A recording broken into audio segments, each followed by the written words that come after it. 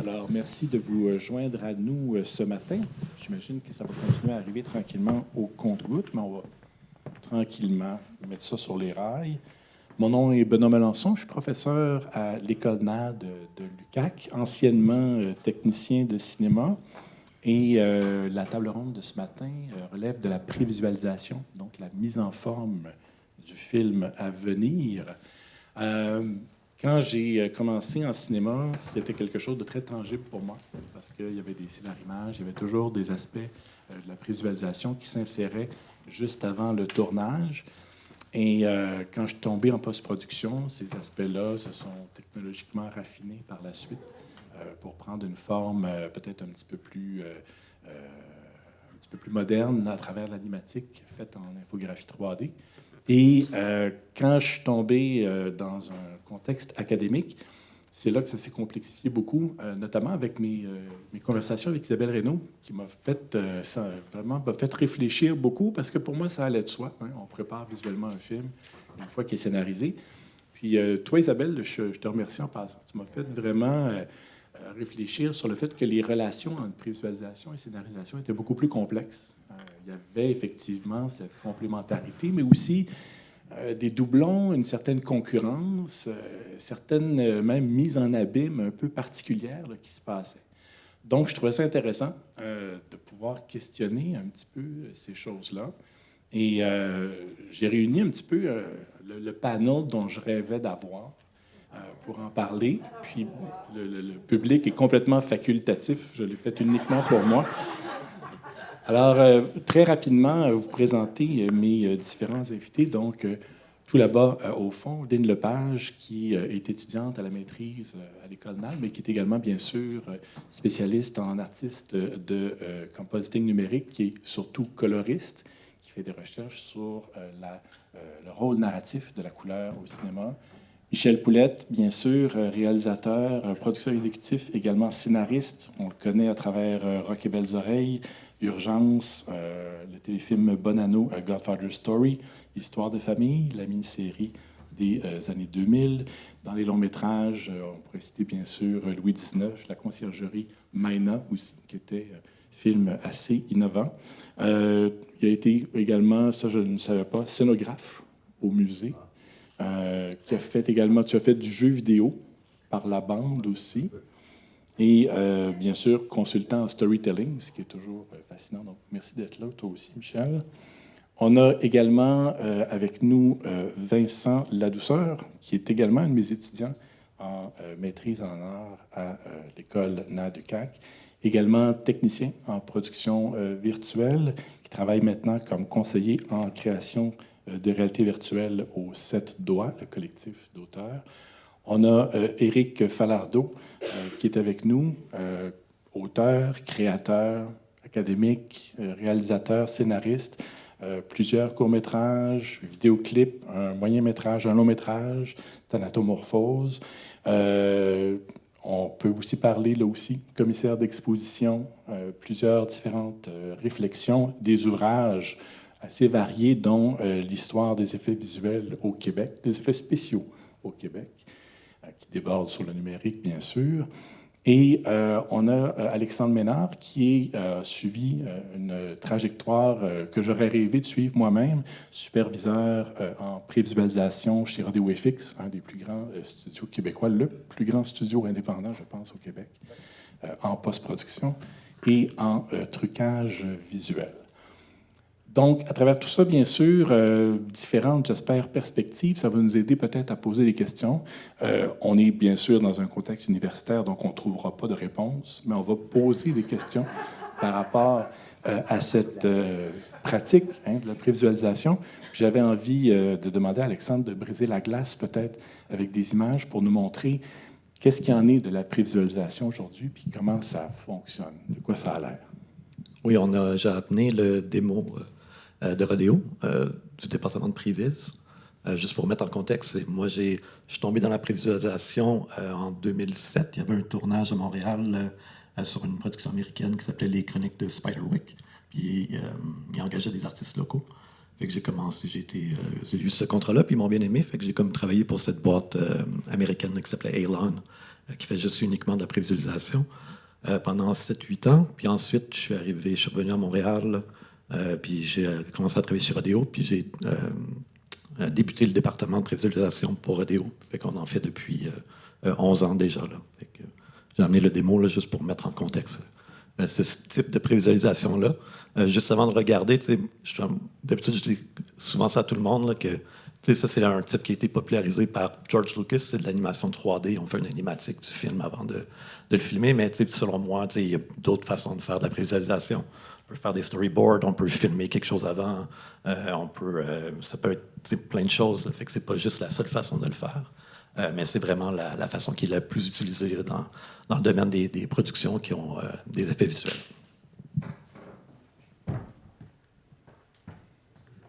Oui, oui, tout à fait. En passant, j'étais là hier, je veux remercier le support technique des différentes tables rondes qui a été très efficace.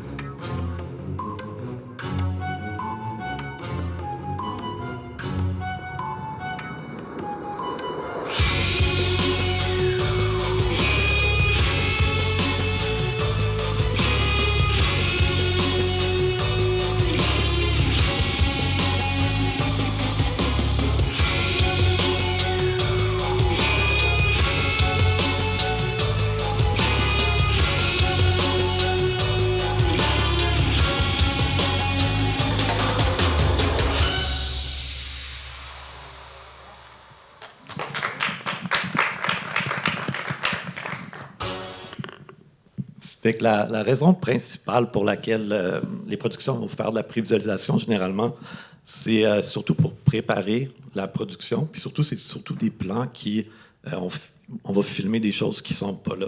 Fait que ça aide à mettre tout le monde en contexte. On le voit quand c'est des créatures qu'on rajoute par après. On le voit quand c'est des shots, des plans, pardon, dans l'espace, que c'est des vaisseaux. C'est sûr qu'on va pas aller dans l'espace le filmer. Fait que tous ces plans-là, ils ont besoin de le faire pour ça. Il y a l'aspect, comme je disais, de pré-production qui est comme très importante parce que ça permet les avantages, c'est surtout ça permet au réalisateur, c'est comme un carré de sable. Il peut être sur le lieu de tournage avant d'être sur le lieu de tournage. Ceci étant dit, c'est toujours un peu surréel. Parce que souvent, qu'est-ce qui va arriver, c'est que, disons qu'ils vont filmer, disons qu'ils filmeraient dans l'auditorium ici, bien, nous, on bâtirait cet auditorium-là au centimètre près. Puis après, on se promène avec des caméras qui sont comme physiquement, qui ont les mêmes valeurs, là, qui vont donner les mêmes résultats. Fait qu'on peut vraiment se promener ici sans même avoir à louer la salle. puis comme tout faire notre découpage technique, faire une première passe. Ça n'empêche pas nécessairement, après, quand c'est le temps d'aller au tournage, de changer des choses. Là, c'est pas couler dans le béton, mais ça permet vraiment juste d'essayer plein de choses que la prod n'aurait pas nécessairement le temps de faire dans les journées de tournage qu'ils ont booké. Fait que ça, c'est un des grands avantages. Je pense qu'il y avait un plan là, de la poursuite d'auto du film Lucie, qui était à Paris. Louer une rue à Paris, ça coûte extrêmement cher, puis c'est très limité dans le temps. Fait que de pouvoir jouer avec pendant une semaine, 2 semaines de temps, c'est ça qui est comme très utile là, de la prévisualisation. Puis on a vu aussi différents types. Là. Il y a beaucoup de... Souvent, là, il y a 3 grands types de prévisualisation. Il y a la prévisualisation qui est la partie avant la production, en pré-prod. Fait que c'est comme vraiment avant d'avoir filmé. Puis aussi, on a vu des images dans le démo où il y avait des plans déjà filmés, puis on a rajouté comme des effets par-dessus. C'est ce qu'ils appellent ça de la post-vis, parce que c'est de la post-prod. Fait que l'idée, c'est de faire comme une passe d'effets spéciaux avant de faire les effets spéciaux pour encore là. C'est toujours dans l'optique de sauver des coûts. Ça sert beaucoup à ça. Là. C'est pour ça que les producteurs aiment beaucoup la prévisualisation. Puis l'autre partie, il y a des fois, avant la pré-prod, où il y avait des petits schémas techniques avec une caméra, une grue, un crane. Ça, c'est une tech-vis, c'est comme quand il y a un plan comme extrêmement compliqué à filmer d'un point de vue VFX, qui va impliquer comme plusieurs plans. Mais ça permet aux gens de bien comprendre qu'est-ce qui va arriver, de pourquoi on fait ces comme 4-5 étapes-là, parce que les aimants vont être filmés séparés. Fait que c'est vraiment, ils appellent ça une tech-vis. Puis encore là, c'est vraiment, tout est mesuré au centimètre près pour être sûr que le résultat qu'on propose va être la même chose. Merci beaucoup, Alexandre. Puis c'est vraiment, pour moi, quand je passais à travers les différentes phases de la production, pour moi, ça a toujours été cet aspect très effet visuel de la prévise. Peut-être avant qu'on passe au-delà de ça, jusqu'à quel point est-ce que vous vous basez sur le scénario quand c'est le temps de concevoir ces images-là? Est-ce qu'on peut rajouter un petit peu aux mots écrits sur la page? Comment ça fonctionne? Rajouter aux mots sur la page, notre influence, je dirais, est plus dans tout ce qui est action. Tu sais, c'est ça. C'est rare qu'on va jouer avec le dialogue. C'est même jamais arrivé, je dirais. Peut-être une fois qu'on a proposé quelque chose, mais c'est plus vraiment, tu sais, souvent dans un scénario, tout ce qui est comme plus action, ça va être comme un paragraphe, puis ça dure comme 7 minutes. Fait que souvent, là, on va avoir comme beaucoup plus d'influence à proposer des idées, puis travailler avec le réalisateur pour définir cette séquence-là. Fait que c'est plus là que je dirais qu'on a plus d'influence. C'est sûr que là, ça, c'est de la visualisation pour des films qui sont filmés en live action, mais la partie, il y a de la prévisualisation aussi pour des films de dessin animé, où est-ce que là, il y a une influence beaucoup plus grande sur le scénario, je dirais, que la partie live action qui est comme peut-être un peu plus un outil... ça reste créatif parce qu'on va designer les séquences, mais d'influencer le scénario en tant que tel, là, plus dans les scènes d'action. Merci beaucoup. Au-delà de cette prévisualisation vraiment grandiose, on va le dire, qui a une esthétique très proche, souvent, du film tel qu'il va se déployer au final, j'avais vraiment envie à ce moment-ci de passer la parole à Michel, qui a souvent utilisé différentes sortes de mise en forme du scénario, mais pas nécessairement dans la haute technologie de l'infographie 3D, mais des fois dans des choses beaucoup plus bricolées, qui en même temps étaient tout aussi importantes. Et ça montre un petit peu, si on veut, comment, au-delà des blockbusters hollywoodiens, il y a moyen souvent de donner forme au scénario pour aider par la suite au moment de la captation des images puis de la mise en scène proprement dit. Alors, ce que je vous parlais, ça rejoint un petit peu ce qu'on jasait tantôt. C'est quoi la relation avec le réalisateur, ainsi de suite. Moi, un jour, quand j'avais 22 ans puis que je travaillais avec des gens en éducation aux adultes, il y avait un groupe qui s'appelait l'Institut de formation par le groupe, une gang de psychologues, vraiment intéressant.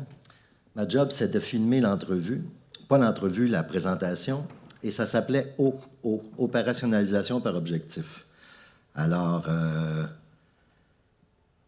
quand j'ai compris ça, je me suis dit, OK, ça m'a pris quelques années à implanter ça dans ma façon de fonctionner, mais il y avait un programme qui s'appelait MORE. Et l'avantage de ce programme-là, c'était pour faire, mettons, tu avais un président, 2 vice-présidents, avec le 2e vice-président. Bon, Fait que je me suis dit, puis il y avait une touche qui faisait que quand tu faisais ça, ça donnait des beaux petits schémas comme ça.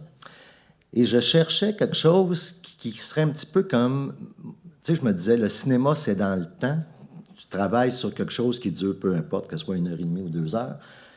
Mais ce qui est important, c'est... Alors, ça se fait sur plusieurs niveaux.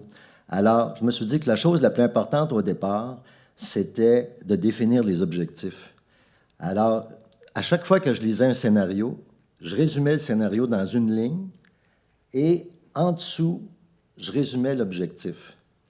Et je vais vous raconter une anecdote là-dessus, c'est que je travaille avec Denis Papillon, qui est monteur, qui avait travaillé sur des films, tout ça. Puis moi, là, je me préparais, en plus de faire des commerciaux. Puis ça, en passant, mes 2 bonnes écoles, c'était Rock et Belles Oreilles et faire des commerciaux. Et je lui dis, écoute, je vais avoir 1 heure pour la télévision, qui est une espèce de Twilight Zone. Tout content, je me suis dit, il va dire oui. Mais ça te tente-tu d'embarquer? Il dit non. J'ai dit, c'est une joke? Il dit non. Dis-moi, les hosties de réalisateurs, j'en peux plus. Il dit, tu lis un scénario, puis là, tu lis, puis tu dis, ça, c'est le punch de la scène. All right, je veux un close-up. Mais là, le réalisateur, il arrive, puis il dit, oui, je sais, mais c'était à la fin de la journée, on était pressés, on pouvait pas. Mais regarde comment la shot est belle. T'sais. Puis il dit, ce qu'on fait notre job comme monteur, souvent, c'est de sauver quelque chose qui marche pas parce qu'il manque des éléments. T'sais. Bon, fait que le lendemain matin, il est arrivé, j'avais 8 pieds de stock comme ça, pointé sur le mur. Il rentre, commence à travailler. D'un coup, il dit, mais c'est quoi ça, cette affaire-là? J'ai dit, ça, c'est pour les hosties de monteurs qui pensent que les hosties de réalisateurs sont tous pareils. T'sais. Et ça, là, écoute, quand j'ai connu ce gars-là, je sais pas, là, j'avais, mettons, 30 quelques années, puis il a monté, après ça, 80% du matériel que j'ai fait, juste parce que les autres fois, il était sur d'autres projets, il n'était pas disponible. Mais il m'a dit qu'il a passé ça comme information à plein de jeunes réalisateurs aussi. C'est que quand tu t'obliges à définir les objectifs, et moi, je suis un gars qui travaille par objectif avec tout le monde. Et sur une équipe, tu sais, ce que tu disais tantôt, moi, j'arrive en disant, je m'en vais là, OK? Pas là, puis pas là, mais par là. On va travailler là-dessus, on va s'entendre, on va jaser, ainsi de suite. Et c'est pour ça que je crois beaucoup à... Hop, il y a un gars qui a pilé 5 fils, puis c'est moi, je pense. Eh bien non, c'est pas moi. Je suis pas branché. Bonne raison. OK, merci. Et où en étais-je? Les objectifs, oui. Ah oui, de travailler toujours par objectif avec tous les départements. Et c'est pour ça que j'aime des soupers spaghettis. Tu sais, tu fais venir du monde, ça coûte pas cher, puis tu peux quand même te rencontrer. J'aime ça donner les projets longtemps d'avance, le plus longtemps possible, juste pour que les gens y pensent que tous les espèces de... Peu importe le sujet, mais on a toujours... C'est des images préétablies. Fait que tu fais ça, puis tu dis, ah ouais, ça va être... Non, lis comme il faut le scénario ou le livre, si c'est ça, puis pars de ça, puis laisse-toi du temps pour comprendre, puis de revenir. Alors, tout ça pour dire que ça avait été bien important. Puis dans le cas des bottes, j'ai appris quelque chose de bien important, qui est probablement évident pour tout le monde aujourd'hui. C'est que j'avais l'habitude de raconter des petites histoires, des courts-métrages ou tout ça. Et là, je me disais, ah ben on arrive à la pause, fait qu'on va finir ça avant d'arriver à la pause. Erreur. Si tu veux que la personne qui t'écoute soit là après la pause, il faut que tu finisses pas cette histoire-là, puis ainsi de suite. C'est rien, ça. Mais cette façon-là de fonctionner, ça m'a permis tout d'un coup, de voir le projet dans son ensemble, dans son rythme, ainsi de suite. Et une fois, je me suis servi de quoi, d'un programme qui n'a rien à voir avec ça, de comptabilité, pour me faire une map de mon projet Maïna, parce que ça se passait 2 jours, comme n'importe quoi, mais 2 jours de nuit, et je voulais voir qu'est-ce que ça avait de l'air en couleur sur le mur. Bon, mais ça, c'est perdu dans une de mes boîtes, je ne l'ai pas ici. Alors, ça vous dit un petit peu comment je m'en allais. Après ça, je vais vous parler de la technologie. Quand le Mac est arrivé, et comment j'ai travaillé avec Rock et Belles Oreilles. La prévisualisation avec Rock et Belles Oreilles, c'était ça. C'était aussi sophistiqué que ça. Tu comprends-tu? Mac Paint, sur le premier Mac, et ça me permettait... Bon, il faut comprendre, Rock et Belles Oreilles, c'était un des plus grands trips que j'ai fait. C'était 70 heures par semaine, facile. Et la façon que l'horaire était fait, c'est qu'on rentrait en studio une fois par mois, puis en 4 jours, on faisait 4 shows de 22 minutes. C'est aussi simple que ça. Mais pour arriver là, et pour moi, la prévisualisation, ça a toujours été ça, c'est que je veux que les gens comprennent où je m'en vais. Fait que là, c'était un gars qui est assis sur une chaise dans une prison, puis il va mourir, mais c'est un gars qui va se faire électrifier, puis c'est amusant parce que dans son cou, il y a une petite chaîne plutôt qu'une croix, puis il dit si l'électricité avait été invitée dans le temps de Jésus, peut-être que Jésus, il aurait eu une chaise plutôt qu'une croix, en tout cas. Et bref, c'était le genre de technologie qu'on pouvait étudier, mais c'était, veut pas, très efficace. C'est ça qui est important. Pour moi, la job d'un réalisateur, c'est de faire circuler l'information autour pour que les gens aient de la place. Comme par exemple, je demandais à chaque département, j'ai dit, vous avez le scénario, Rock et Belles Oreilles, c'est parfait. Maintenant, chaque département, je veux une joke par setup supplémentaire. OK? Puis si elle n'est pas bonne, je me garde la job. Je veux dire, non, c'est pas comme ça que je devrais dire ça. Vu que ma conception du réalisateur, c'est que c'est un meilleur job après Dieu, et que Dieu n'était pas sur Rock et Belles Oreilles, je me permettais de dire... Non, mais je voyais ma job, là, sérieusement, comme quelqu'un qui s'assure qu'on respecte le projet qui est là, ainsi de suite, qu'on trouve quelque chose d'autre à ajouter en deuxième plan auquel personne n'a pensé, puis quand tout d'un coup, on est chanceux, puis ça devient un show très, très, très populaire, mais là, les gens... Écoute, c'est incroyable ce que tu te fais dire. Je l'ai vu passer, celle-là. C'est vraiment le fun. Après ça...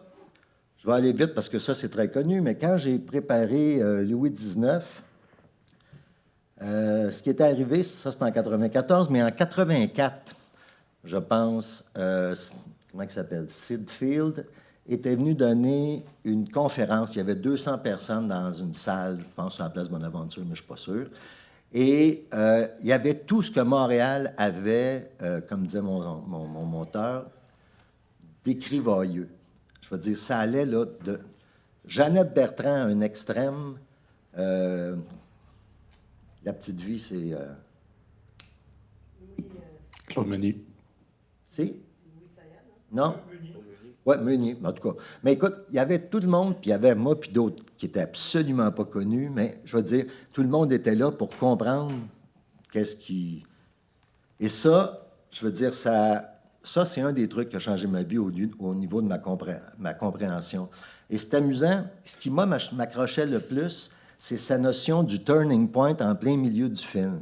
Et ça m'a amené à m'acheter une montre Timex qui allumait, parce que je ne voulais pas déranger mes voisins. Et ça me permettait de me mettre une... tu sais, de dire à... J'arrivais, puis j'étais probablement le seul gars qui posait la question à la personne qui vendait des billets. C'est quoi la durée du film? Il me dit, ça commence à 2 heures. C'est pas ça que je veux savoir. Je veux savoir la durée.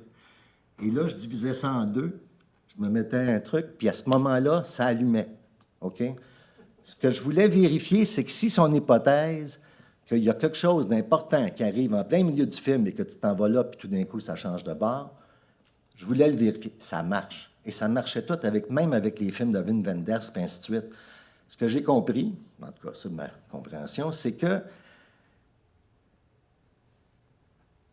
dans les traditions de storytelling qu'on a, là, puis ça part du monde assis autour d'un feu de camp, je veux dire, c'est un peu des recettes, mais c'est pas vraiment... Tu sais, vous dire, les gens, ah oui, quand ça a sorti, c'était une vraie joke.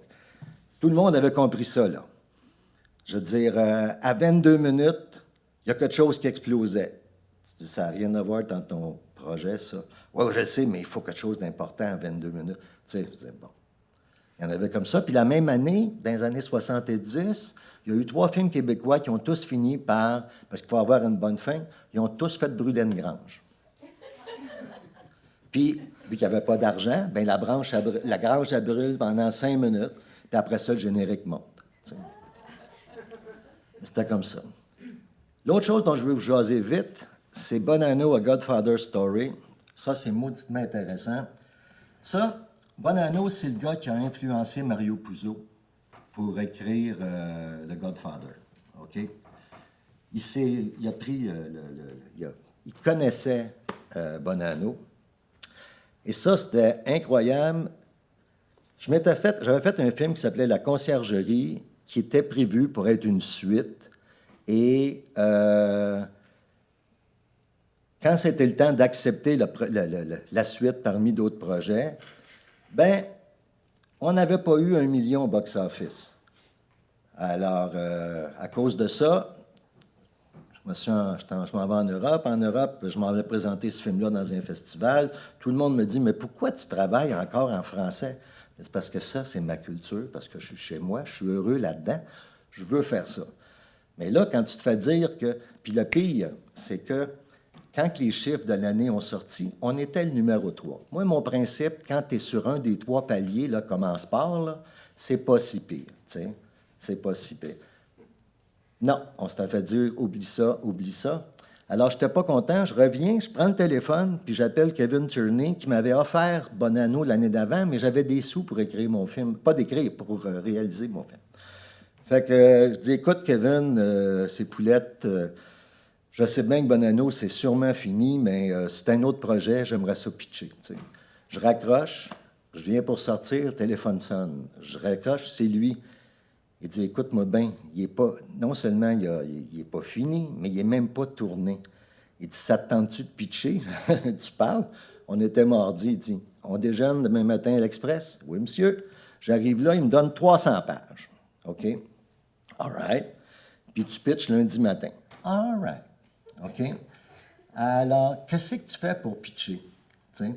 Et ça n'a pas bien changé aujourd'hui, mais les réalisateurs ont tous des points communs. Ils ont des running shoes, s'habillent en noir ou en jean. Ils ont souvent des barbes. OK? Tu arrives là, puis tu pitches, puis on est 5 pareils. OK? Naturellement, ils sont assez fins pour ne pas nous faire arriver en même temps. Alors, là, je me dis, qu'est-ce que je peux faire? Alors, je ressors mon truc de tout résumer mes scènes. OK? Après ça, je fais la page, la scène, le résumé. La 4e colonne, c'est la complexité. Dans le sens que s'il y a un cheval dans la scène, même un chien, c'est 5. Si tu ne prends pas ça en considération, ça... Bon. Puis la dernière, ben, c'est l'exemple en question qui est un cheval ou qui est je ne sais pas quoi. Ça, je pense que ça m'a fait gagner le pitch. Pour la simple et bonne raison que... Alors, une fois que j'ai fait tout ça, bien là, je sors des thèmes. Alors, le thème en haut, c'est le père. Après ça, c'est, je ne sais pas, la vengeance, ainsi de suite. La prévisualisation, ça a un effet calmant chez les producteurs. OK? Ça leur fait du bien. C'est vrai. Ça leur fait du bien. Il faut que ça soit clair que... Fait que là, ils ont dit, parce que naturellement, je suis le seul qui a laissé un petit 12 pages avec ma vision du cinéma, mon CV, probablement mon baptistère. Puis, tu t'en vas avec ça, tu regardes ça, puis tu fais, au moins il l'a lu, il a de l'air à savoir c'est quoi l'histoire. Je pense que c'est comme ça que je l'ai eu. Mais quand on a commencé à le faire, il y avait une autre surprise. L'autre surprise, c'est que quand je suis arrivé la première journée, je suis tout content, j'arrive là. D'habitude, tu as 5-6 personnes. Tu as l'équipe au complet qui est là. Puis là, je dis, qu'est-ce que vous faites là, vous autres? Ah, bien, ce qu'on t'a pas dit... Non, ils m'ont dit, tu le savais pas? Je dis, non, je ne le sais pas, là.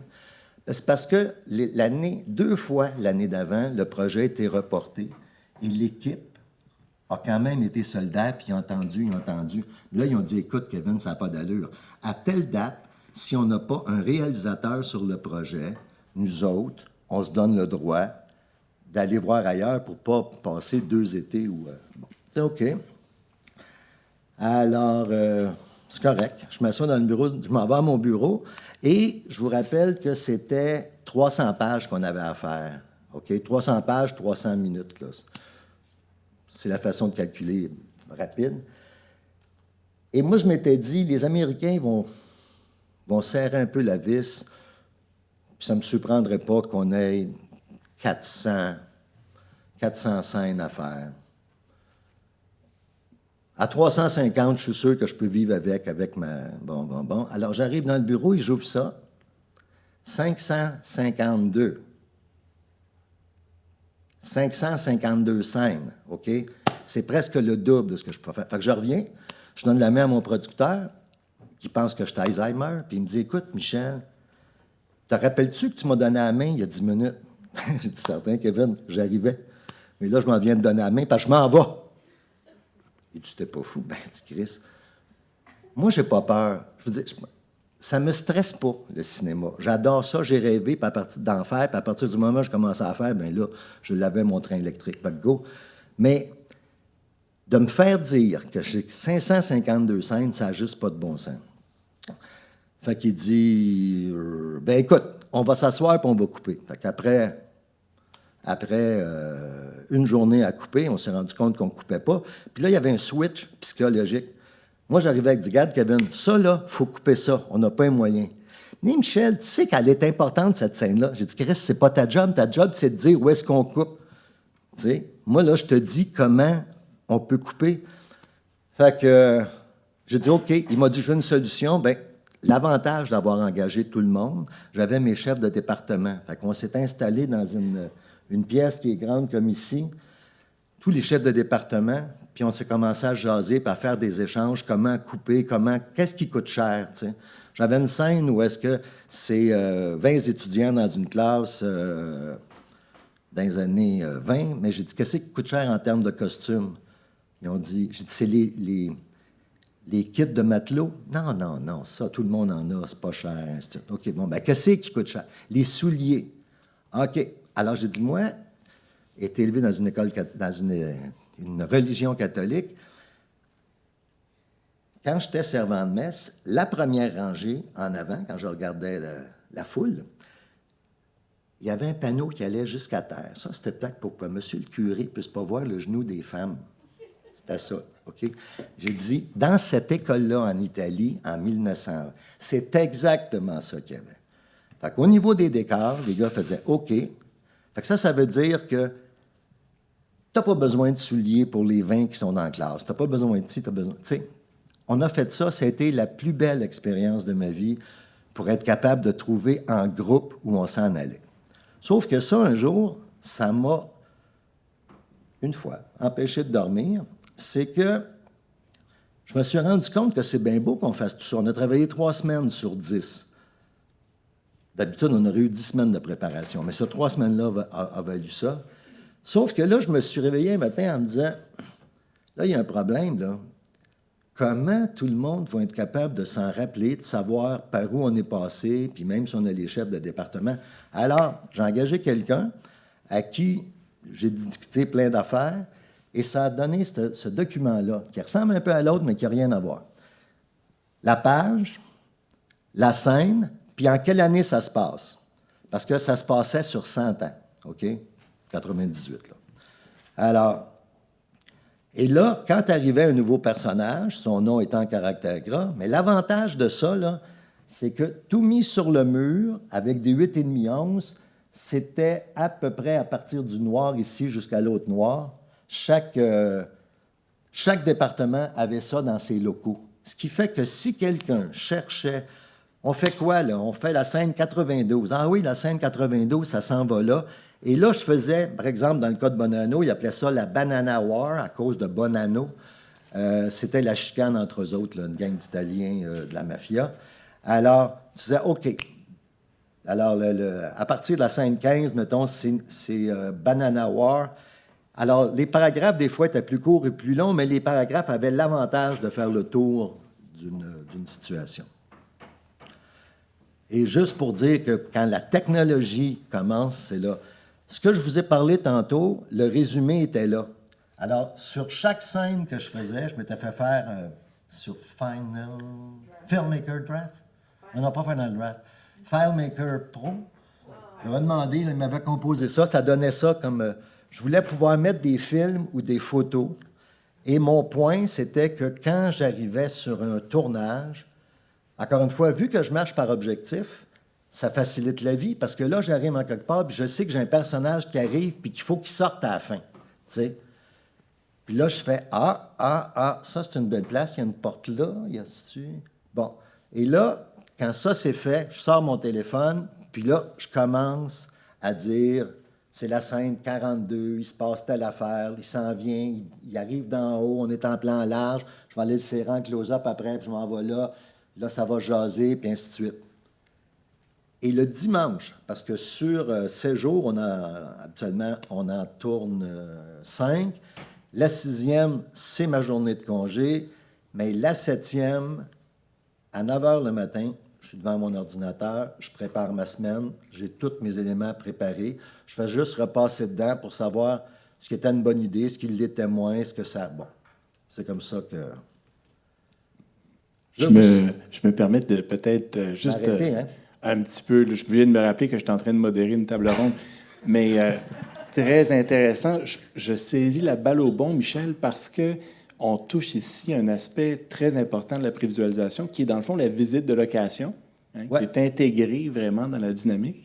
Je trouvais, si tu étais d'accord, ça serait un bon moment pour peut-être passer le micro à Vincent Ladouceur, parce qu'en tant que technicien en production virtuelle, il apporte un nouvel éclairage à cette phase importante de la prévisualisation du film. Non, mais c'est correct. J'avais tellement peur que ça bloque un matin que...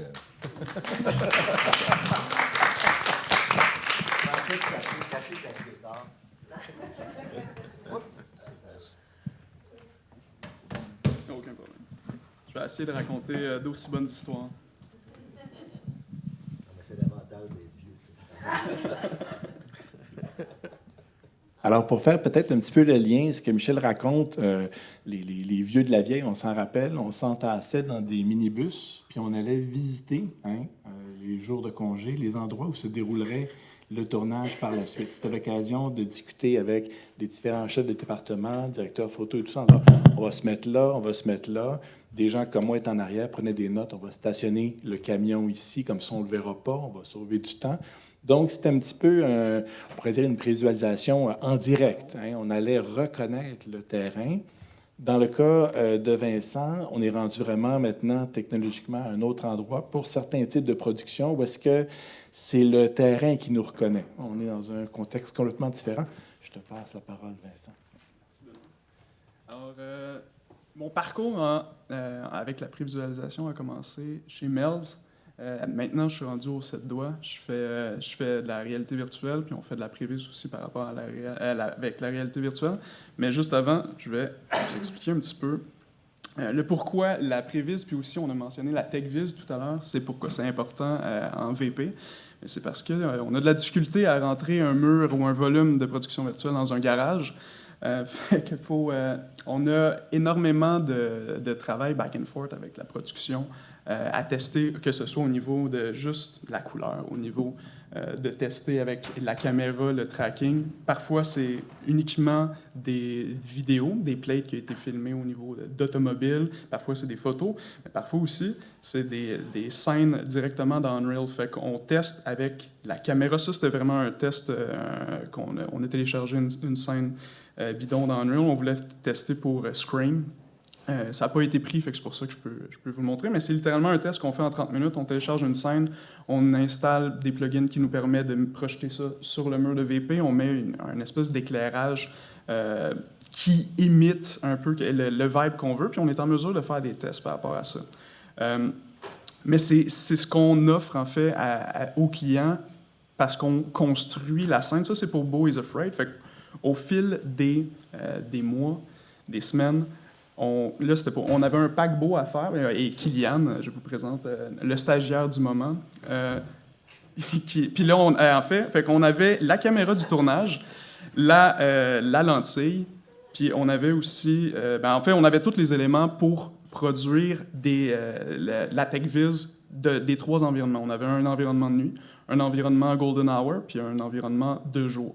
Avec, bien entendu, on va dire 5 à 8 différentes caméras fois 3 lentilles. Fait qu'on avait énormément de shots à produire par rapport à des dailies ou aux 2 jours.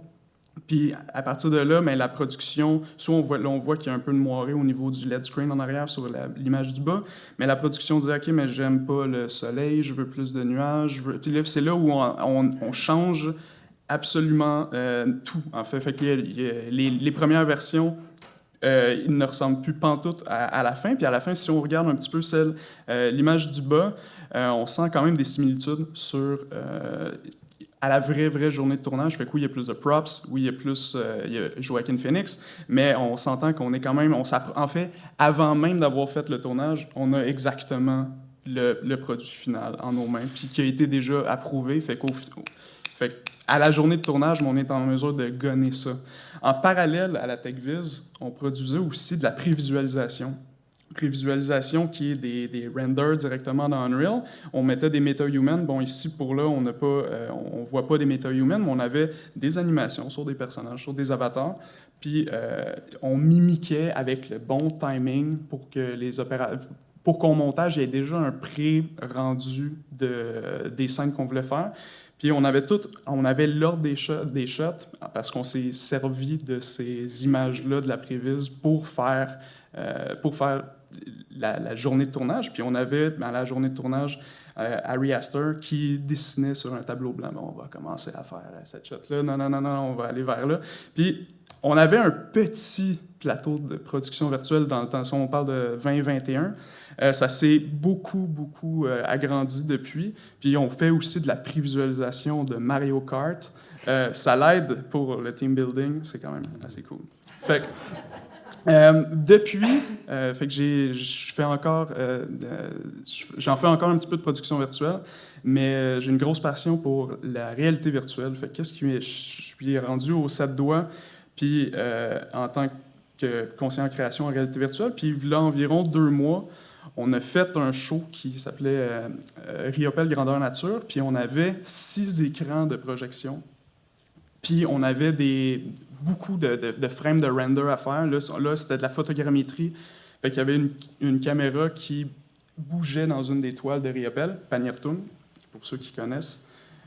Et en fonction en fait, on voulait voir si la vitesse était bonne, si le plan de caméra était bon. Puis c'était impossible, parce que, je veux dire, le studio n'était pas encore monté. Fait que c'était impossible de tester ça juste en regardant des visuels, de voir en contexte l'ensemble des 6 projections.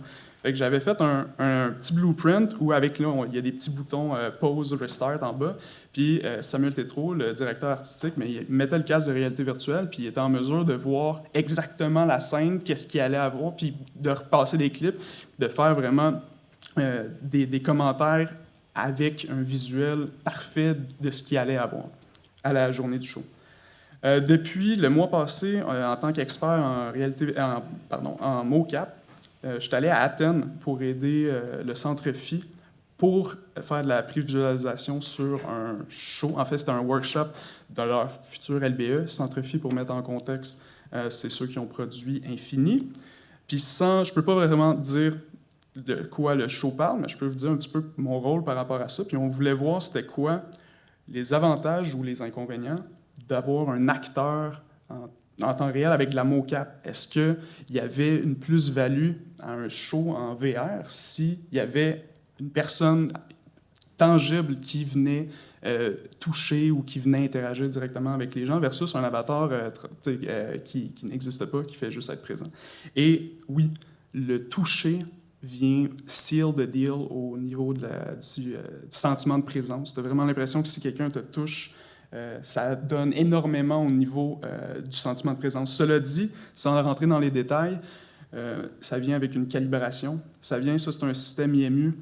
Donc, il y a des problèmes au niveau du magnétisme, parce qu'un IMU, ça fonctionne avec des accéléromètres, des gyromètres. En tout cas, je ne veux pas rentrer vraiment dans les détails, mais chacune des pièces a du magnétisme, puis qui peut interférer avec ces systèmes-là. Fait que la calibration, il faut la faire souvent.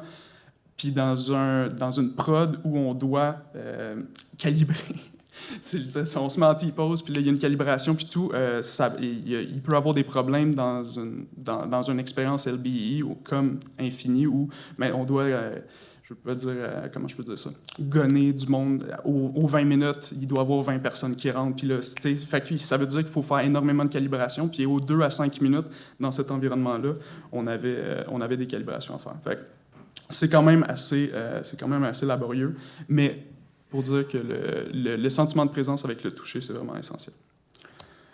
Puis pour terminer, je fais une maîtrise présentement en réalité virtuelle, puis c'était directement de mapper en VR, de mapper le mouvement dans Unreal, puis de voir si mes mouvements étaient bons, puis si j'étais en mesure de travailler avec ça. Depuis, il y a des outils incroyables. Je ne sais pas si vous connaissez un petit peu Unreal, mais il y a des outils de retargeting qui ont sorti sur 5.4, assez exceptionnels, qui facilitent beaucoup le travail. Mais voilà, c'est un peu mon parcours à l'intérieur de la prévisualisation dans les nouveaux médias. Merci beaucoup. Vincent, je te ramène là pour que tu nous retrouves. Si tu pouvais retourner à ta première diapo, parce que pour les gens qui n'ont jamais vu exactement comment ça marchait, on se retrouve ici, puis dans ta deuxième aussi, dans des situations où est-ce qu'on a des tournages qui sont... Ce qu'on voit là, c'était live. Là. On ne regarde pas quelque chose qui a été assemblé, incrusté par la suite. Ce qui est en arrière, c'est des écrans de télévision qui sont en train de projeter des images qui vont être, au niveau de la perspective, comme tu nous as montré avec la scène dans le métro, qui vont être compensées à mesure que la caméra se déplace dans le studio. La perspective va changer grâce à Unreal, le moteur de jeu, qui va pouvoir donc nous montrer comment se passerait le tournage. Ce qu'on voit en haut, dans le fond, on le voyait déjà en bas au moment du tournage. Tout est là. Il n'y a plus vraiment de visite de location. On peut se permettre de faire beaucoup de changements on the day, même si le taux horaire de ces studios-là est très élevé. Les visites sont essentielles, principalement au niveau du début. Fait que les premières visites, parce que c'est super, c'est cool, mais il y a énormément de limitations à la production virtuelle. Puis ces premières visites-là, c'est vraiment important de les mentionner. Fait que au niveau, là, oui, on a une projection en perspective de la caméra qui projette sur le mur, puis c'est pour ça qu'on a un effet de parallaxe, mais cette projection-là arrive avec un système de tracking. Puis l'ennemi numéro 1 du système de tracking visuel, parce que c'est des LED infrarouges qui sont visibles par des caméras, c'est des flags.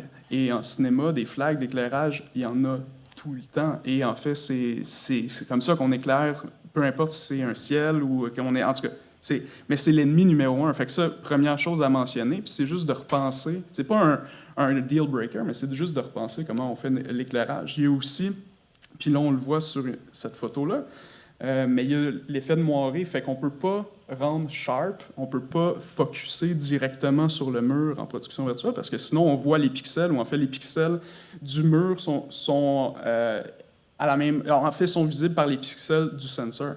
Donc, il y a... Puis là, je ne vais pas nécessairement rentrer technique, mais si on focus à, on va dire, 12 à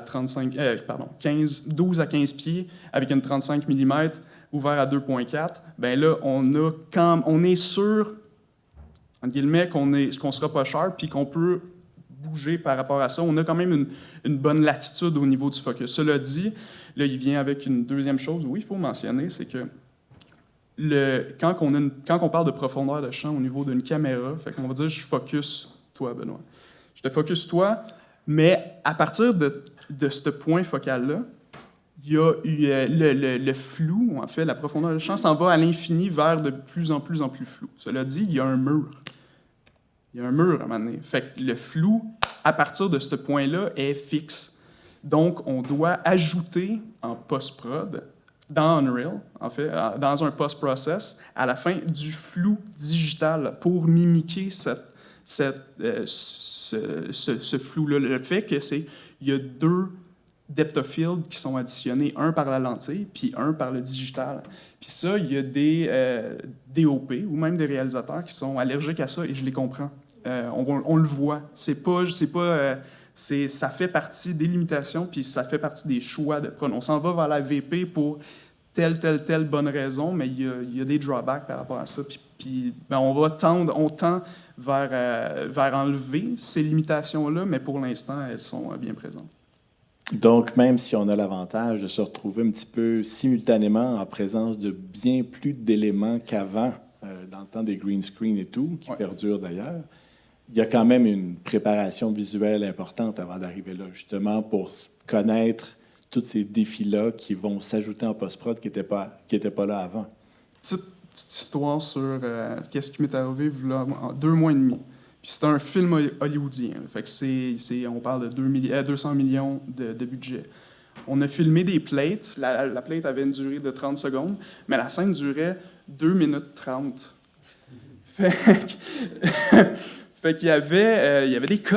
Fait que la personne au montage va avoir un casse-tête incroyable. Si ma scène a duré combien de temps? Elle dure 2 minutes. Ben, il faut que ma prévise... En fait, il faut que la shot première qui va être diffusée sur le mur soit de 2 minutes, voire 2 minutes 30 aussi, pour laisser une latitude au montage. C'est sûr qu'on s'en est sauvé. On a utilisé X techniques parce que, en fait, du montage avec des crossfades, c'est pas de top, mais parfois, dans le flou, on peut s'en sauver. Mais ça, il y a plusieurs choses à savoir par rapport à ça.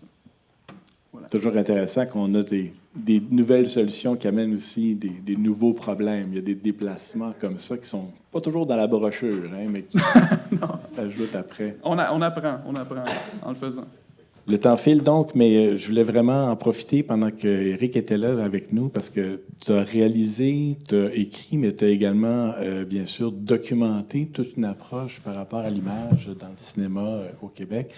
J'avais envie de faire appel un petit peu à tes lumières parce qu'on voit à quel point, d'un côté, on a cette prévisualisation très institutionnalisée, structurée, vraiment posée sur des usages très définis. De l'autre côté, dans le cas de Michel, d'autres réalisateurs qui vont développer leurs propres outils ou même, avec Vincent et Lynn, des nouvelles réalités qui questionnent un petit peu aussi comment on prépare visuellement le tournage. Où est-ce qu'on se situe aujourd'hui par rapport à ça? Ce serait quoi ton take, là, ta perspective sur où est-ce qu'on en est puis où est-ce qu'on s'en va avec cette mise en forme-là? Ben, je reviendrai sur mon expérience personnelle, peut-être, pour contextualiser un petit peu ça. Je te dirais que d'un côté, moi, je suis scénariste-réalisateur. Puis, toute la question de la prévisualisation s'exprime différemment dans ma pratique d'écriture maintenant. C'est-à-dire que maintenant, on s'attend beaucoup à ce que les projets sur lesquels on travaille, pour pouvoir les financer, pour pouvoir les pitcher, qu'on aurait un pitch vide, là. Donc, on est comme quelque chose de vidéo qu'on leur présente, qui, des fois, le projet n'est même pas tout écrit. Il est juste au niveau du synopsis, juste au niveau et qui bloque, en quelque sorte, à la fois une esthétique, parce qu'après ça, les gens ont déjà en tête quelque chose, qui bloque aussi une façon de l'écrire, ce projet-là, par la suite, au niveau de la scénarisation. Et puis ça, c'est peut-être une critique que j'amène des fois aux outils qu'on a, qui sont beaucoup plus accessibles, c'est qu'on se retrouve finalement à préparer une œuvre avant même de l'avoir conceptualisée correctement. Et ça, on le voit beaucoup dans tous les concours de pitch pour faire des web-séries. On veut une vidéo qui vient avec, même si les épisodes ne sont pas écrits. On s'en va se soumettre à la SODEC, mais ils veulent du visuel. Donc, avant, on le faisait autrement. On le faisait avec des références, des peintures, quelquefois des images qu'on avait prises. Mais maintenant, on s'attend à ce qu'il y ait de la vidéo parce que c'est accessible, puis tout ça. Donc, je trouve qu'il y a un impact sur la manière d'écrire ensuite. Les scènes, puis ça a un impact aussi de la manière qu'on travaille avec des scénaristes. Je travaille avec une scénariste en ce moment sur un projet de long métrage, justement, où on doit monter un pitch, puis il faut monter de la vidéo avec. Donc, moi, en tant que réalisateur, j'ai une approche, mais on est encore même pas à l'étape de vraiment se dire est-ce que c'est bien établi, où on va tourner, quoi que ça va être. Donc, c'est vraiment beaucoup... je trouve que ça a une influence un petit peu problématique sur la manière qu'on va écrire par la suite, ce qui n'est pas encore écrit, ce qu'on va aussi faire après ça, nos notes d'intention, en fonction de ce qu'on a tourné, même si c'est peut-être pas le meilleur choix, parce qu'il fallait faire ça pour pouvoir avoir du financement. Donc, je trouve que ces outils-là sont intéressants, puis je les utilise quand vient le temps de tourner moi aussi, parce qu'après ça, je tourne avec beaucoup de séquences d'effets spéciaux. Donc, qui dit effets spéciaux dit coût, dit planification, dit préparation, donc tu n'as pas le choix de savoir où ce que tu t'en vas, des poursuites, des scènes d'action, donc tu dois, on le faisait avec des storyboards, on le faisait avec du tech-viz au découpage dessiné à la main, mais on a toujours fait un peu ça en tant que cinéaste, en tant que réalisateur, puis même en étant d'équipe technique. Mais ça m'amène à l'autre point qui est aussi, les exemples qu'on a discutés aujourd'hui, c'est aussi une partie de l'industrie qui est peut-être celle qui est plus en moyen. Ce que je veux dire par là, c'est que ce que vous faites sur HeroFX qui est superbe, c'est pas ce qui est nécessairement possible de faire avec une approche peut-être un peu plus DIY ou même au Québec, selon des fois les financements qu'on a ou le budget qu'on peut avoir ou quoi que ce soit. Mais ça m'amène à un autre aspect qui est, encore une fois, peut-être un peu plus critique, c'est-à-dire que certains producteurs, certains membres d'équipe, certaines institutions, eux vont en fait peut-être plus regarder la prévise comme une façon de s'assurer qu'on dépasse. C'est toujours ça aussi, là, c'est une question de coût. Mais plus qu'on ne dépasse pas des coûts, c'est qu'on sauve beaucoup d'argent puis qu'on soit pris dans une facture qui, quelquefois, encore une fois, dessert le film à venir. Parce qu'on peut pas, puis on n'a pas le choix, parce qu'on a ce budget-là, puis là, on va le découper comme ça, puis là, on va le faire en prévise. Puis si on a le bonheur d'avoir les moyens de faire des effets visuels là-dessus, au lieu des effets spéciaux sur le plateau, pneumatique, mécanique ou peu importe, ben là, on a déjà un look qui est déjà comme rentré dans la tête de tout le monde, puis on est pogné avec ça. Donc, je te dirais qu'au niveau à la fois des décisions de réalisateur puis de l'écriture, ça a encore un impact. Puis l'autre chose que je voulais mettre par rapport à ma pratique, c'est que j'ai été coordonnateur dans des boîtes de VFX. Puis ce que je trouvais fascinant quand venait le temps de coordonner justement des séquences qui allaient devoir être créées par une équipe, quelquefois entièrement en CGI, en 3D, surtout sur des productions documentaires, surprenamment, là, des trucs avec des dinosaures, quoi que ce soit, c'était de voir à quel point aussi une partie de l'industrie, réalisateurs, producteurs, ne comprennent pas le travail. Ce qui fait en sorte qu'ils ont une approche un peu en scénarisant, des fois en scénarisant du documentaire, parce que tu vas revoir où tu mets ta narration ou toi ce soit. Ils ont tendance à dire, ben, crée-où un univers, puis aujourd'hui on va mettre la caméra, on va se promener, puis on verra bien. Puis ils vont réécrire en fonction de ça. Ce qui est assez fascinant, parce qu'ils vont réécrire en fonction de ce qui est possible de voir, puis là on est dans une série documentaire pourtant, donc là tu te dis, ce qui est pas... On n'en vire pas fou, là, dans ce sens que l'un bénéficie à l'autre, mais c'est quand même des problématique. C'est la charrue devant les bœufs. Oui, l'image va mener l'écriture. Oui, il va mener l'écriture. Puis, bon, là, on va me dire, oui, mais quand on scénarise, on a des images en tête. Si on est cinéaste-réalisateur, ben, on sait on a une vision d'où on s'en va. Mais quand même, je pense que l'utilisation du... pas tant du prévise, mais vraiment de l'utiliser maintenant comme outil de pitch ou outil de financement ou outil pour démontrer quoi est un projet, a une influence sur la manière d'écrire directement maintenant. Que ce soit comment tu écris ton scénario, comment tu écris ta note d'intention et tout ça. Et là, je trouve ça intéressant, justement, dans le cadre de ce qu'on discute ici, parce que, bon, on parle de scénarisation et d'utilisation du prévise dans ce sens-là. Et donc, l'aspect peut-être un peu plus critique de ces nouveaux outils-là entre en ligne de compte. Puis je voulais revenir aussi sur je fais le lien dans ma tête, mais en travaillant avec des scénaristes, on sait souvent le débat là, qui écrit le film, là, scénariste, monteur, réalisateur, puis bon, puis maintenant même à la limite le superviseur d'effets spéciaux en prévise parce qu'il va aider à découper la scène d'action rendu là qui réalise, qui fait quoi. Mais les quelques scénaristes avec qui j'ai eu le plaisir de travailler, de plus en plus maintenant, ils arrivent avec non pas juste des références visuelles, mais quelquefois une façon même de vouloir comment ils veulent le découper. Puis là, tu te demandes, est-ce que la réalisation est devenue comme plus une application? Est-ce qu'on arrive et on fait juste faire qu'est-ce que des fois d'autres ont décidé, qu'est-ce qu'on a décidé? C'est quoi le rôle du réalisateur dans ce contexte-là? Et même, tout à l'heure, tu montrais des exemples, ça me fait penser à ça sur Boys Afraid et tout ça, où les tests, ou ce qu'on essaie de faire, ben, finalement, on le retourne à la fin, mais juste avec le bon comédien, puis une couple de... Dans le fond, on revient à Hitchcock qui disait, ben moi, une fois que mon storyboard est fait, mon scénario est fait, c'est plate, là, on met la caméra, puis on tourne. Il pourrait être n'importe qui pourrait le faire, ben, ça pose quand même des questions assez importantes sur le rôle, finalement, du réalisateur, de la réalisatrice dans ce contexte-là, voire même, justement, du scénariste ou de la scénariste, quand on produit les effets spéciaux en prévise, avant, et on réécrit ensuite. Donc là, il y a tout un chamboulement de l'ordre, puis non pas parce que c'est tout le temps collaboratif, donc c'est pas un ordre hiérarchique, mais plutôt un ordre dans lequel penser ce qu'on veut faire et ce qu'on veut créer. T'sais. Et puis là, je trouve que c'est intéressant, justement, au niveau des options.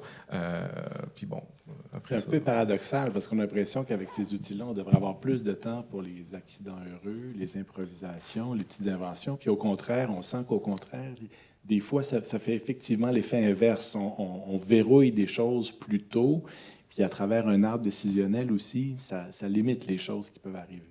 Mais c'est pas d'hier, et puis je vais laisser Michel, mais il y a toujours eu ce rapport-là, déjà là, entre producteur et réalisateur, par exemple, où on entendait souvent des réalisateurs qui disent « Moi, je veux tourner sur le plateau parce qu'après, le producteur, il peut pas jouer sur mon image. » Et le producteur qui dit « Bon, nous, on va travailler en post-production parce que là, on a un contrôle plus sur ce qui se fait, donc on prend le contrôle sur le réalisateur. » Donc, il y a toujours eu puis après ça, le réalisateur, bon, tout le monde se chicane. C'est pas vrai, mais en fait, c'est des mêmes problématiques, mais reformulées différemment.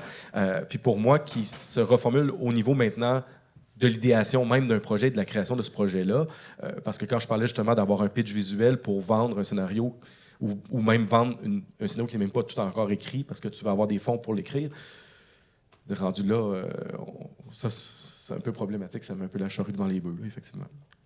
Michel, je t'ai vu que tu avais peut-être quelque chose. C'était juste...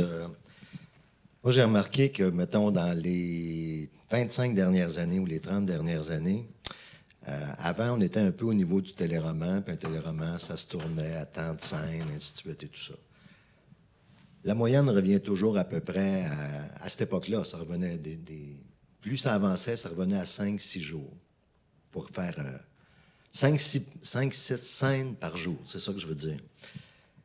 Et là, ce que j'apprends, qui est complètement fou, à cause des problèmes dans l'industrie, on demande à des gens qui avaient des budgets de 600 000 par épisode de les réduire à 450. Mais la surprise n'est pas là. La surprise, c'est que le réalisateur que je connais qui reçoit ça, théoriquement, donc, tu devrais avoir 40 scènes pour faire un show de 45 minutes, 40-45 scènes. Puis là, il reçoit un scénario de 62 pages avec du monde qui a été coupé de 20 %, là, au moins.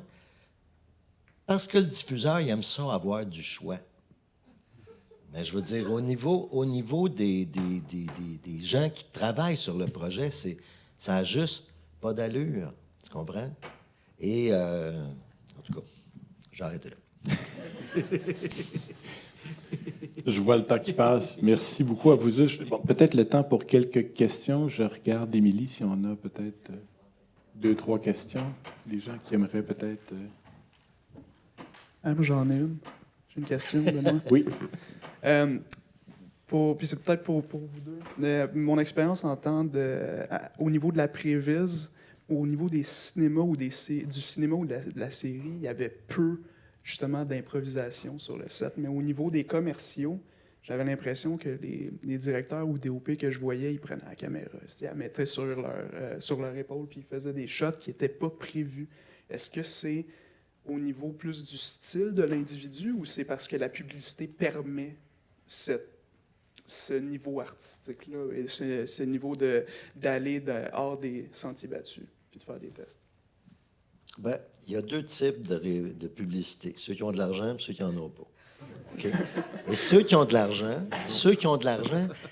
ils aiment ça, avoir l'impression que c'est un hostie de fou qui est au Kodak puis qui essaye des affaires. Tu comprends? Puis j'ai vu, moi, des maisons de production, puis avec une agence, dire tel réalisateur, ce que tu fais en 12 heures, il en prenait 18. OK? Mais l'agence disait, il est brillant. Fait que là, la maison de production a dit, il n'y a pas de problème. Nous autres, on va le payer pour 12. Si vous voulez aller avec lui, il n'y a pas de problème. Vous allez payer les 8 heures qui suivent pour tout le monde. Fait que c'est là qu'ils ont commencé à faire des forfaits pour tout le monde. C'était payé 12 heures, mais t'en faisais 18. Mais, tu sais, je veux dire, il y a un côté comme ça, là, où tu fais, là, ah, wow, c'est tellement le fun. C'est le fun de se poser la question. Il y en a qui le font et qui ont une connaissance tellement grande, puis d'expertise, puis qui savent où ils s'en vont, qu'effectivement, ça a l'air complètement flyé, mais ça pense. Puis il y en a d'autres qui font, on va régler ça au montage. T'sais. Mais il y a un côté star, là. Ah, lui, il écoute pas, t'sais.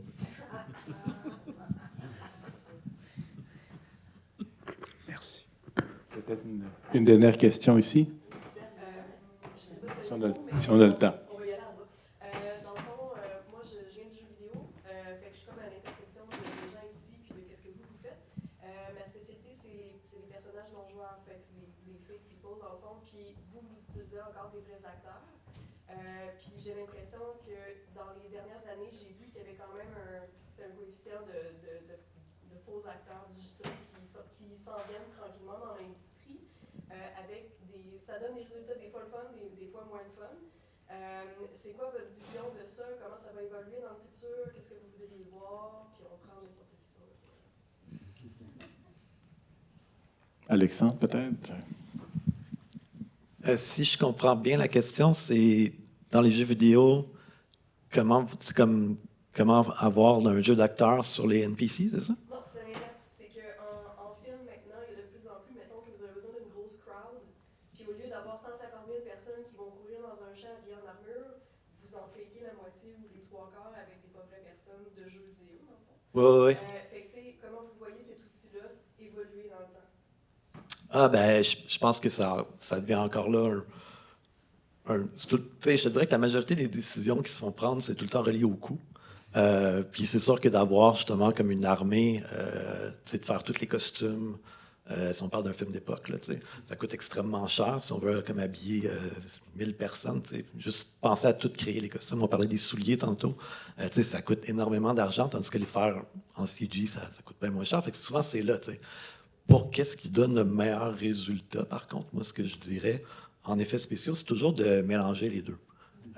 Fait que c'est ça qui fait toujours comme, que ce soit des poursuites d'auto, ils vont filmer des vraies autos, on va en rajouter. C'est ça qui fait un plus beau look, plutôt que d'avoir, parce que tu as comme quelque chose qui, les gens filment quelque chose qui est vrai, ils suivent. Fait que, je pense que c'est ça qui donne les plus beaux résultats, c'est vraiment de mélanger les deux au bon moment. Fait que, je pense que pour répondre à ta question, c'est sûr que ça va toujours être utilisé, là. Mais d'avoir quand même des gens qui réagissent. Pense à une scène qui serait sur un stage, puis que tu parles à, mettons, 500 personnes, puis que tu veux les galvaniser, puis tu parles devant personne. De beau être bon acteur, c'est sûr que ça aide s'il y a du monde qui réagisse devant toi, là, plutôt que de parler devant personne. Là, fait que, je pense que c'est un mix des deux. Là. Ce qu'ils vont faire souvent maintenant, c'est qu'ils vont prendre un petit nombre de figurants, puis ils vont les filmer à plusieurs endroits, déplacer dans le lieu, puis après ça, ils vont aller patcher avec des acteurs numériques. Donc, tu as les réactions, tu as l'impression, dépendamment de la vitesse que ça passe. Donc, effectivement, tu as tout à fait raison. Je pense pas qu'à court, moyen terme, les figurants ou les comédiens vont complètement disparaître, mais c'est sûr qu'on n'aura plus 300 figurants pour une scène. Moi, ça m'inquiète, en tout cas. Oui, parce que je vois, même dans des trucs de fiction, puis je ne veux pas embarquer dans une chicane si est-ce que tu es comédien dans la vie ou tu ne l'es pas, là. C'est pas ça. Mais si tu prends plein de monde qui sont pas comédiens, que tu leur donnes pas de temps de préparation, que tu fais juste les mettre là en disant « go », puis là, il se passe quelque chose, puis tu fais « go » 3-4 fois, puis tu changes de close-up, puis on va s'arranger au montage, c'est sûr. Mais je trouve qu'à un moment donné, ça sonne comme ça. T'sais?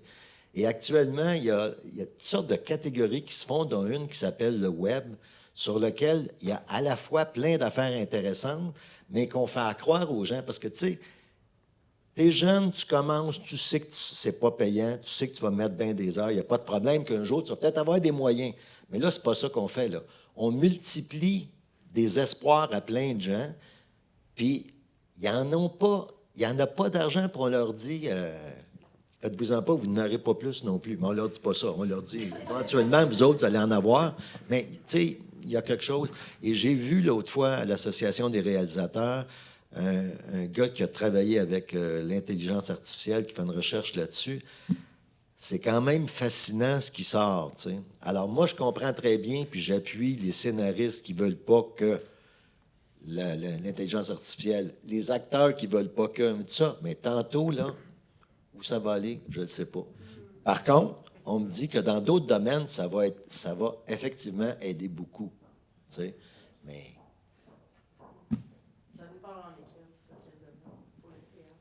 Non, mais c'est ce que je dis. Ça peut être en santé, ça peut être en organisation, tout ça, mais... Tu sais, je veux dire, un bon acteur, puis un bon scénario, tu sais, parce que j'ai un chum qui a essayé ça, là. Il a dit 3 personnages... il y a une intrigue, ainsi de suite, et boum! Ça sort. Écoute, 2 minutes après, même pas, je pense. Mais quand tu le regardes comme il faut, c'est un peu cliché partout. Ben, moi, ma peur, c'est pas ça. C'est qu'un producteur dise « check bien ça ». Il demande ça, on va voir un scénariste en disant « tu sais, c'est mon idée. Regarde, être ici. Maintenant, arrange-la donc pour que ça soit original un peu. » Oui, mais les droits sont acquis. Ils sont à moi. C'est moi qui est arrivé avec l'idée. C'est ça qui m'inquiète. Je regarde notre script, Émilie. Donc, merci beaucoup de vous être déplacés. C'était un Merci plaisir de beaucoup. vous avoir avec nous. Merci. Merci.